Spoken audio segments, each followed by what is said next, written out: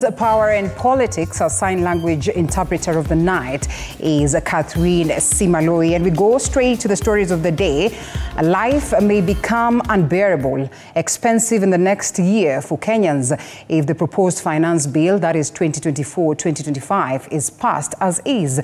This is due to the financial analyst, or what it is that they say, from the international accountancy firm Deloitte, the Kenya Association of Manufacturers, KAM, the Kenya National Chamber of Commerce and Industry, that is KNCCI, and even the Association of Kenya Insurance, AKI, have come out strongly, that is to oppose some clauses, including the contentious motor vehicle tax, excise duty on various consumable goods, and the ATMs compliance penalty.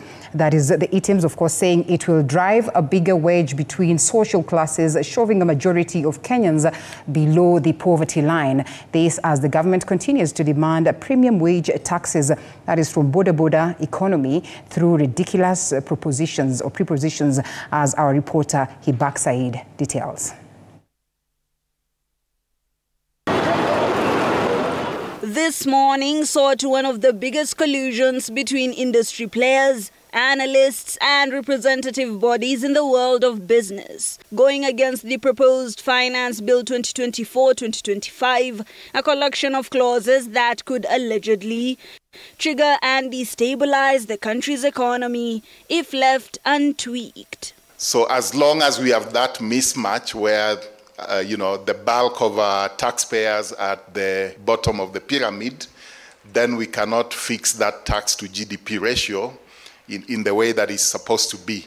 While referring to it broadly as a quote-unquote ridiculous proposition, a number of umbrella bodies representing insurers, financial institutions and manufacturers nitpicked through the document, pointing out clauses that, if affected, might cause more harm than good. Because then household debt is increasing. Talking to bankers right now, they're starting to feel pressure on that, personal debt portfolio, because interest rates have been increasing, and which then means that your cost of, financing whatever debt you have has gone up. The Kenya Association of Manufacturers threw the first blow, highlighting a promotion levy under the Miscellaneous Fees and Levies Act, which proposes to set a fee on imported raw materials, in addition to the one imposed on already manufactured goods, calling out double taxation, a sentiment financial analysts agreed with. This is almost a key focus area for the government, and maybe speaks to the reason why we have a lot of changes and a lot of introduction of tax.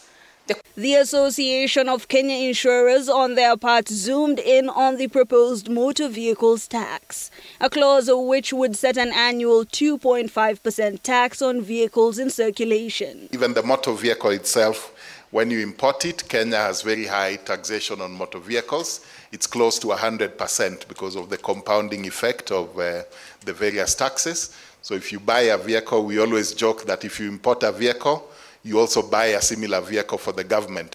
The Kenya National Chamber of Commerce and Industry came out to strongly disagree with the proposition on a 2 million shilling penalty tied to the ATMs compliance. All this to say, the movers and shakers in the business world are on high alert, wondering what would be the next move by your leaders on the proposed finance bill. Despite positive trajectories on inflation and even the growth of the economy, the proposed Finance Bill 2024-2025 might have adverse effects, especially for businesses, bringing a lot of Kenyans to their knees financially. Hibak Said for TV 47 Nairobi.